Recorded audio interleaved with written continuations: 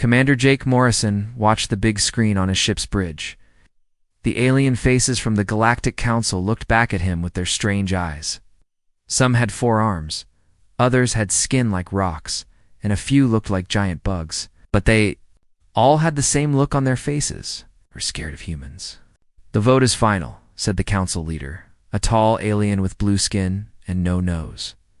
"Earth must leave the Galactic Council. You have 6 months to remove all human colonies from council space." Jake felt his hands turn into fists. That's how long humans had been part of this alliance. 30 years of following their rules, fighting their wars, and keeping the peace between different alien races. And now they wanted Earth gone because humans were too dangerous. Captain Lisa Barnes stood next to Jake. She had been quiet during the whole meeting, but now her face was red with anger. "What about our mining rights on Kepler 44b? We found that planet, built those cities." The blue alien's voice was cold. "The Zephyrian Empire needs those resources more than humans do. They are a peaceful race. You will give them the planet." "Like hell we will," Lisa said under her breath. Jake turned off the screen. The alien faces disappeared, leaving only darkness. Around the bridge, his crew looked shocked. Nobody had expected this. Sure, some aliens didn't like humans, but they had always followed the rules. They had always tried to fit in. "Sir, what are our orders?" asked Lieutenant Dan Cooper, the young officer at the communications desk. Jake didn't answer right away. He was thinking about his son back on Earth, about the colonies where millions of humans lived, about everything they had built in space. All of it was supposed to be taken away because aliens thought humans were too violent. Back on Earth, President Richard Kane was having an emergency meeting. The big room was full of military leaders, scientists, and politicians. Everyone was talking at once, their voices loud and angry. "This is insane," said General Mary Ross, hitting her hand on the table. "We've been good members of the council. We've helped them win wars. We've shared our technology." Dr. Nathan Cross, a thin man with gray hair, pushed his glasses up his nose. "I warned everyone this might happen," he said quietly. Everyone stopped talking to listen to him. "I've been studying alien psychology for 20 years. Do you know what I found?" President Kane leaned forward. "Tell us." "Every single race in the Galactic Council evolved as prey animals," Nathan explained. "The Centaurians were hunted by giant flying creatures on their world. The Zephyrians had to hide underground from massive predators. Even the strong-looking rock people, the Vortons, spent millions of years running from metal-eating worms." "What?" asked General Ross. "So they all learned to survive by working together, by being peaceful, by avoiding fights," Nathan continued. "But humans are different. We come from hunters. Our ancestors chased down animals that were bigger and stronger than us. We didn't run from danger, we became the danger." The room was silent.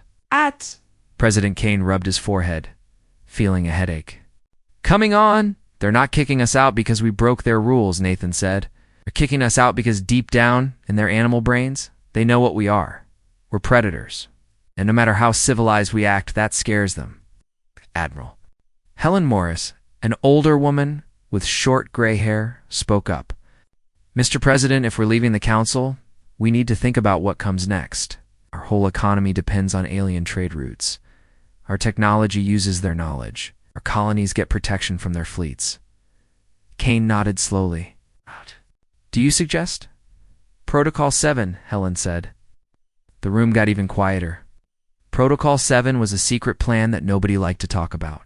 It was what Earth would do if they ever had to survive completely alone in space. "That's extreme," said General Ross. "So is throwing us out of the only galactic government that exists," Helen replied.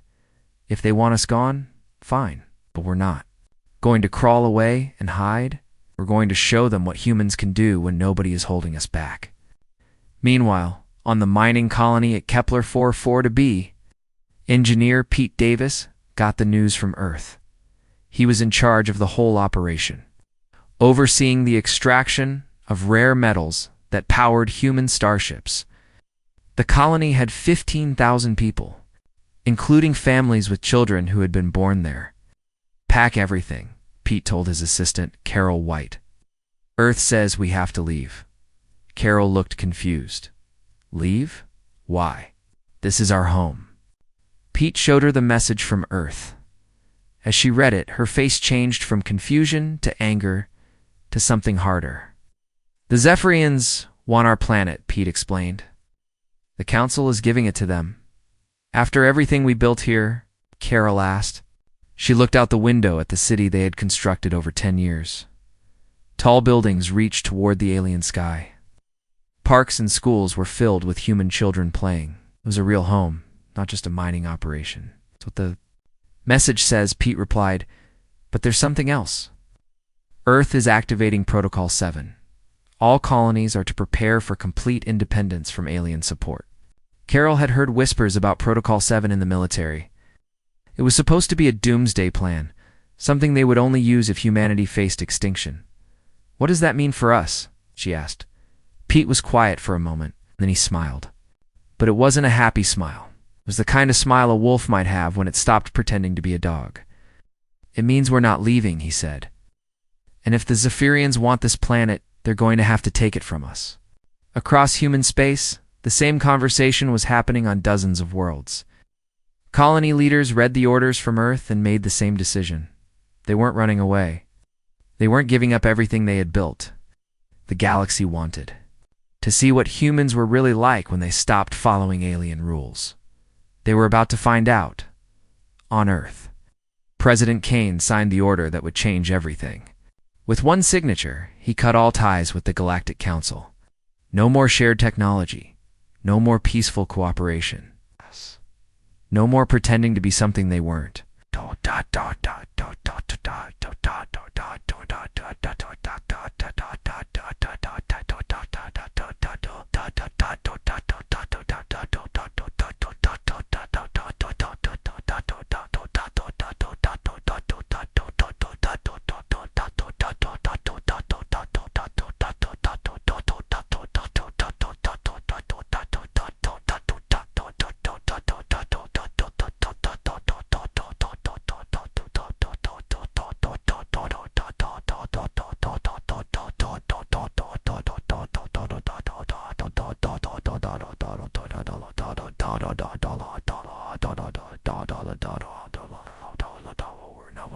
Some send out or I tell them.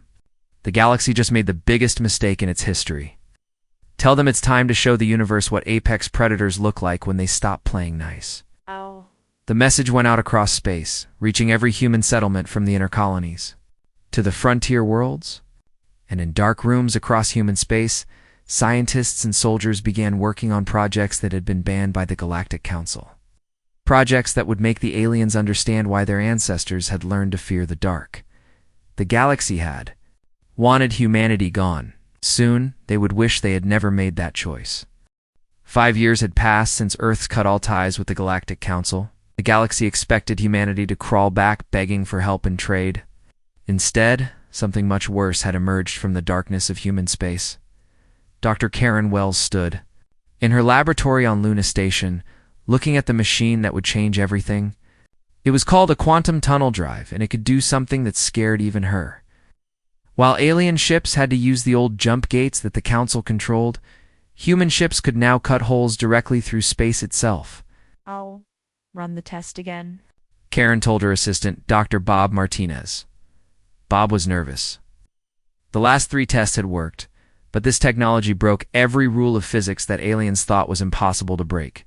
Are you sure? Bob asked. If the Council finds out we can do this, they'll panic. Karen smiled coldly. Good. Let them panic. She pressed the button. In front of them, space twisted and bent like rubber being stretched. A hole opened up, showing the stars from a system 50 light years away. Through that hole, they could see one of their test ships waiting on the other side. Perfect, Karen said. Now we can go anywhere we want, and they can't stop us. Meanwhile, on Earth, the military was changing in ways that would give aliens nightmares. Lieutenant Colonel Paul Grant walked through the training facility where the new Earth Defense Force was being built. Gone were the bright blue uniforms that the Council had required. These soldiers wore black armor that seemed to eat light. Show me what you can do, Paul said to Private Linda Hayes, one of the new recruits. Linda activated her suit. Suddenly, She became almost invisible, like a shadow that moved. The armor didn't just hide her from eyes, it hid her from every sensor the aliens had. She moved across the room without making a sound, then appeared right behind Paul like a ghost. "Impressive," Paul said. "Now show me the weapons." Linda pulled out what looked like a normal rifle, but Paul knew better. This weapon fired bullets. Made from crystallized dark matter, something that could punch through alien ship armor like paper. The bullets didn't just kill, they erased whatever they hit from existence. "The aliens wanted us to be peaceful," Paul said to his trainees. "They forgot that humans had been the best killers on every planet we've ever lived on." Going to remember why? The first test of humanity's new power came when the Centaurian research ship, Peaceful Journey, entered what used to be human space near the Vega system. The Centaurians thought the area was empty now that humans had been kicked out. They were wrong. Commander Rick Taylor commanded the human patrol ship, Night Hunter. His ship was invisible to Centaurian sensors, floating in space like a predator waiting for prey. When the alien research vessel appeared, Rick smiled. "This is Centaurian vessel Peaceful Journey," came the alien voice over the radio. "You are in violation of Council space. Leave immediately, or we will call for military support." Rick opened the communication channel. His voice was calm and cold. "This isn't Council space anymore. This is our hunting ground now." Before the Centaurians could respond, Rick's ship appeared on their sensors like a nightmare coming to life. The Night Hunter was twice the size of the alien vessel and covered in weapons that the Centaurians didn't recognize. "Impossible," whispered the Centaurian captain. "Humans don't have ships like that." "You're about to learn what humans can build when nobody tells us we can't," Rick replied. The boarding action lasted exactly 17 minutes. Rick's soldiers moved through the Centaurian ship like ghosts, appearing from shadows and walking through walls using technology that shouldn't exist. The aliens never had a chance to fight back. When it was over, the Centaurian crew sat on their bridge, alive, but completely broken. They had watched human soldiers do things that violated every law of physics they knew. Some humans had reached through solid metal to grab alien weapons. Others had stepped through walls like they were made of air. "What will you want?" asked the Centaurian captain, his voice shaking. "We want you to go home," Rick said. "We want you to tell everyone what you saw here. We want the galaxy to know that the hunters are back." Rick's soldiers left the ship as quickly as they had boarded. The Centaurians were found 3 days later by a Council rescue ship, still sitting in their chairs, too scared to move. When Council investigators asked what happened, the aliens could only say the same thing over and over. The humans had become something else, something terrible. News of the incident spread across the galaxy faster than light. Every alien species began sharing stories of strange encounters with human ships that appeared from nowhere and vanished just as quickly. Trade routes that passed through former human space were abandoned. Entire star systems went on high alert.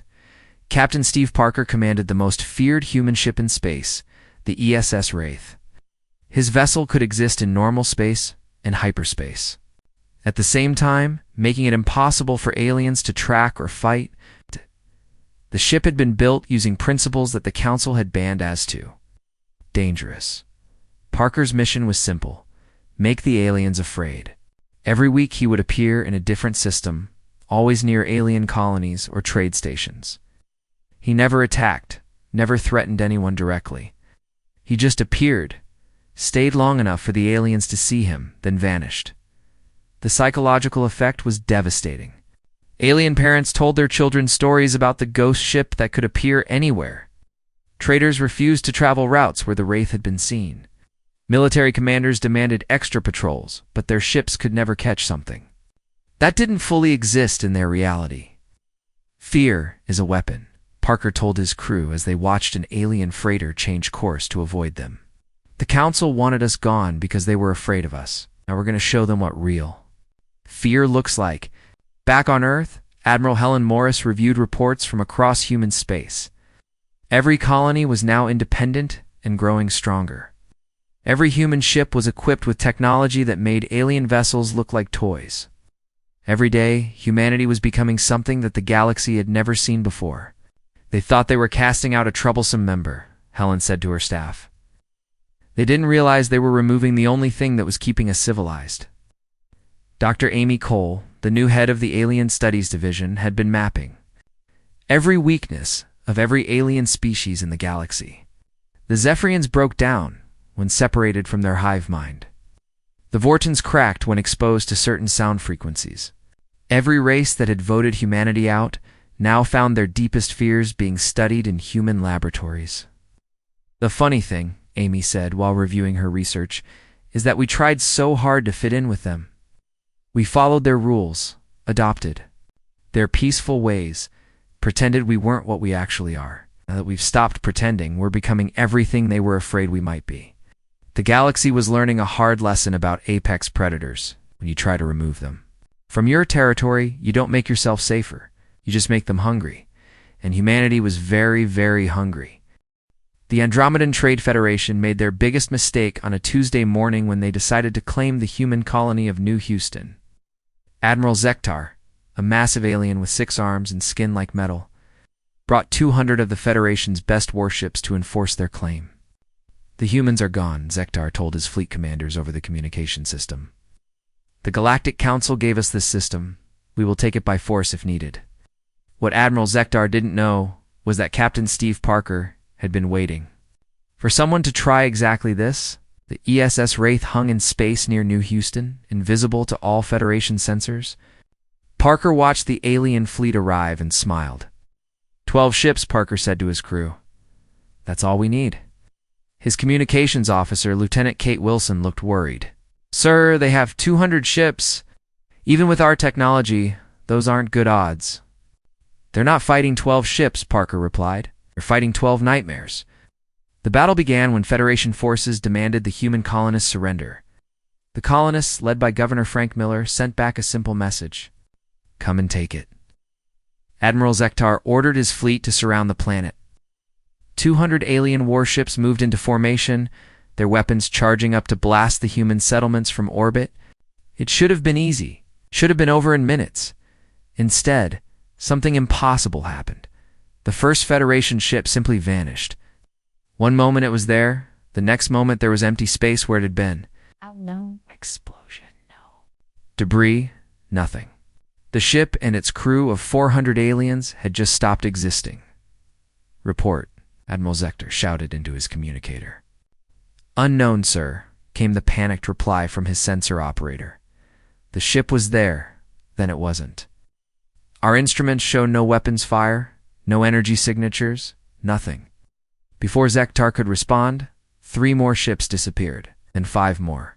Then 10. Engineer Monica Davis had perfected what humans called existence scramblers. Weapons that didn't destroy matter but convinced the universe that it had never existed in the first place. The psychological effect on alien crews was devastating. How do you fight an enemy that can erase you from reality? Where are they? Zektar screamed as more of his ships vanished. His fleet was spinning in circles, firing at empty space, trying to hit enemies they couldn't see. That's when Parker's ships revealed themselves. The 12 human vessels appeared inside the Federation formation like ghosts becoming solid. They were smaller than the alien ships but moved with a deadly grace that made the Federation crews freeze in terror. The human ships didn't look like normal spacecraft. They looked like predators made of metal and shadow. This is Captain Steve Parker. Of the Earth Defense Force came the cold voice over every Federation communication channel. You came here to take our home. Now you're going to learn why the galaxy fears us. The battle that followed wasn't really a battle at all. It was a hunting exercise. Parker's ships struck from impossible angles, appearing and disappearing at will. Their weapons didn't just destroy Federation vessels. They seemed to toy with them. Human ships would disable an alien vessel's weapons but leave its sensors working, forcing the crew to watch helplessly as their escort ships were picked off. One by one, Captain Lisa Barnes commanded one of Parker's ships, the Dark Star. She had developed a tactic that drove alien crews insane with fear. Her ship would attach itself to the hull of an enemy vessel like a parasite. Then her soldiers would phase through the walls and move through the ship like ghosts. Please, begged the captain of the Federation cruiser Bright Hope as Barnes. Soldiers walked through his bridge. "We surrender. Just tell us what you want." "What we want," Barnes said, her voice coming from everywhere and nowhere at once, "is for you to go home and tell everyone what happened here. Tell them that humans don't follow the old rules anymore." Lieutenant Commander Dan Fox was aboard. Another human ship, the Silent Death. His job was to make sure that some Federation ships survived to spread the story. Fear was more valuable than destruction. A dead enemy couldn't tell others what they had seen. "Let that one go," Fox told his gunner as they watched a Federation destroyer trying to escape. "Make sure they see everything first." By the time the battle ended, only 20 Federation ships remained out of the original 200. The survivors floated in space, their crews too traumatized to move. They had watched their fellow aliens simply cease to exist, had seen human soldiers walk through solid walls, had witnessed weapons that violated every law of physics they knew. Admiral Zekdar sat on his bridge, his 6 arms shaking. Half his fleet was gone, erased from existence without a trace. The other half had been toyed with like mice by cats. His mighty Federation armada had been destroyed by 12 human ships in less than an hour.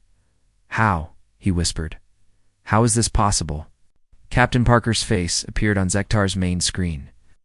The human looked calm, almost bored. "You aliens spent millions of years learning to cooperate because you were prey.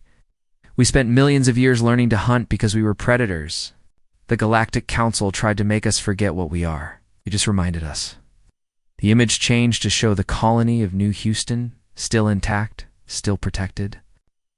Human children played in the streets while their parents worked in the mines and factories. It looked peaceful, normal, like any other human settlement. "This is our home," Parker continued. "You can't have it. You can't take it. Threaten it without consequences.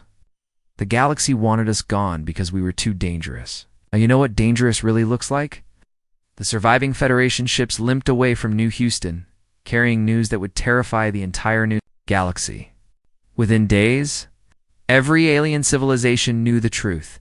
Humanity had become something beyond their worst nightmares on Earth. President Karen Foster read the reports with satisfaction. The galaxy was finally learning what humans could do when they stopped pretending to be something they weren't. "How many more fleets will try to test us?" asked General Mary Ross during their weekly meeting. "None," Foster replied.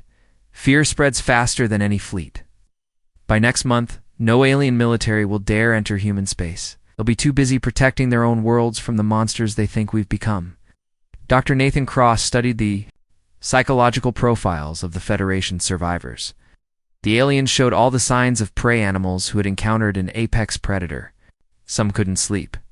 Others jumped at every shadow. All of them spoke of humans as if they were describing demons. "Hey, they're not wrong," Nathan said to his research team. "We have become something new, something that doesn't fit into their peaceful galaxy. We've stopped pretending to be sheep and started acting like the wolves we always were." Across human space, colonies celebrated their victory. The galaxy had tried to take their homes and failed miserably. Now, everyone knew that humans couldn't be pushed around anymore, but the celebration was just beginning. The real hunt was still to come. 10 years after Earth cut all ties with the Galactic Council, the galaxy had changed completely. Where once there had been thousands of busy trade routes and peaceful alien worlds, now there were empty star systems and abandoned colonies. Aliens had learned to hide. Admiral Kevin Ross stood on the bridge of the massive human dreadnought, Retribution. The ship was 3 kilometers long and armed with weapons that could bend reality itself. Behind it, a fleet of similar vessels stretched across the entire star system. This wasn't just a patrol anymore. This was humanity showing the galaxy what they had become. "Open a channel to all Council worlds," Ross ordered his communications officer, Lieutenant Carol Smith. "Channel open, sir," Carol replied. Ross looked into the camera, his face calm, but his eyes cold as winter. "This is Admiral Kevin Ross of the Human Defense Force. 10 years ago, you cast us out because you feared what we might become. You were right to be afraid." The message went out across the galaxy, reaching every alien homeworld, every space station, every ship still brave enough to travel between the stars. On each world, alien leaders watched the human admiral with growing terror. on the heavily defended Council world of Sanctuary Prime. The remaining alien governments had gathered for what they called an emergency session. The blue-skinned council leader who had expelled humanity 10 years ago now looked much older and more frightened. "We must offer them something," said the Zephyrian representative, his hive mind voice shaking. "Territory, technology, anything. What if they want everything?" asked the Centaurian ambassador, her 4 eyes darting nervously around the room. They were right to be scared. Dr. Amy Cole, head of the Human Xenological Warfare Division, had spent 10 years mapping every alien species' weaknesses. She knew exactly how to break each race without firing a single shot. The Zephyrians collapse when we jam their communication networks, Amy explained to President Karen Foster during their final planning meeting. Cut them off from their hive mind for more than an hour, and they become helpless. The Vortons look tough, but play the right sound frequency, and their crystal bodies shatter like glass. "What about the others?" Foster asked. "Every species has something that terrifies them," Amy replied. "We've learned all their secrets while they learned nothing about us. They still think we're the same humans who begged for council membership. 30 years ago, she was wrong. Humanity had evolved far beyond what they used to be." Engineer Pete Davis, running the expanded colonies in former council space, had perfected technologies that aliens thought were impossible. Human ships could phase in and out of reality. Human soldiers could walk through walls. Human weapons could erase things from existence. The best part, Pete told his assistant, while watching a new city rise on Kepler 440b, is that we didn't steal any of this from aliens. We built it all ourselves, using the minds they said were too violent for civilization. The city around them was proof of human achievement. Tall towers reached toward alien skies, connected by bridges that seemed to float in the air. Who had been born after the separation played in parks where the trees grew in impossible spirals, and the flowers changed colors with the weather. These weren't the humans who had once asked permission to mine asteroids. These were the children of a species that had been forced to remember what they really were. Captain Jake Morrison, now commanding the exploration fleet, had been pushing deeper into unknown space. His ships found things that aliens had missed. For thousands of years, ancient ruins, abandoned technologies, entire civilizations that had vanished long ago. "The galaxy is bigger than the Council ever imagined," Jake reported to Earth. "There are whole areas they never explored because they were too scared to go there. We're finding things that make our current technology look primitive. But the most important discovery wasn't technology. It was understanding Dr. Nathan Cross had finally solved the mystery that had puzzled him for decades. Why were humans the only predator species to reach the stars? The answer was both simple and terrifying. Every other predator species destroyed itself, Nathan explained to the Earth Council. When they developed advanced weapons, they used them on each other until nothing was left. The prey species survived because they learned cooperation. "So why didn't we destroy ourselves?" asked President Foster. "Because we're persistence hunters," Nathan replied. "We don't just kill our prey, we chase it until it collapses from exhaustion. We're patient. We can wait. That patience saved us from destroying ourselves too quickly." I know. That patience was being turned on the galaxy itself. The final message came from President Foster herself. She sat in the rebuilt Earth Capitol, looking older but stronger than when humanity had been expelled. Behind her, through the window, alien ships could be seen in Earth's orbit. Not council ships, but vessels from dozens of races that had come to surrender. "You wanted us gone because you couldn't control us?" Foster said, her voice carrying across every communication channel in known space. "You thought you were removing a dangerous element from your peaceful galaxy? Instead, you freed us from the chains that kept us civilized." The camera pulled back to show the full scope of what Earth had become.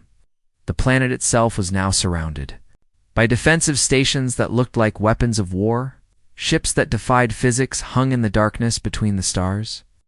And everywhere, humans moved with the confident grace of apex predators who had stopped pretending to be anything else.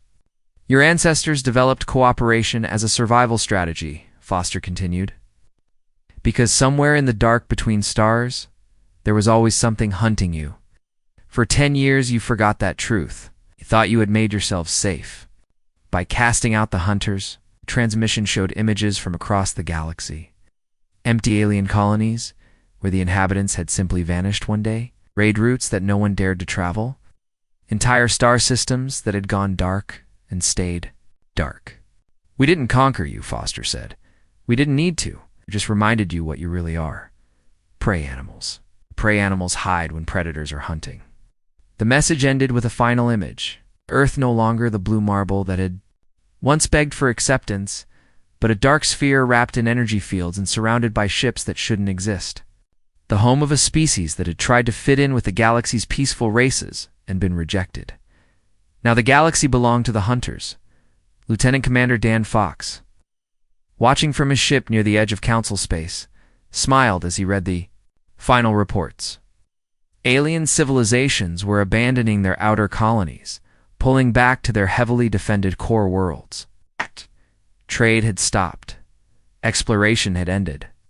The galaxy had become a much quieter, more fearful place. Mission accomplished, Dan said to his crew. The prey has learned to hide. In the darkness between stars, human ships continued their patient hunt. They would wait as long as needed. After all, persistence hunting was what humanity did best. The galaxy had cut ties with Earth to feel safe. Oh. Now they realized that safety had never been an option. Apex predators were back where they belonged, at the top of the food chain,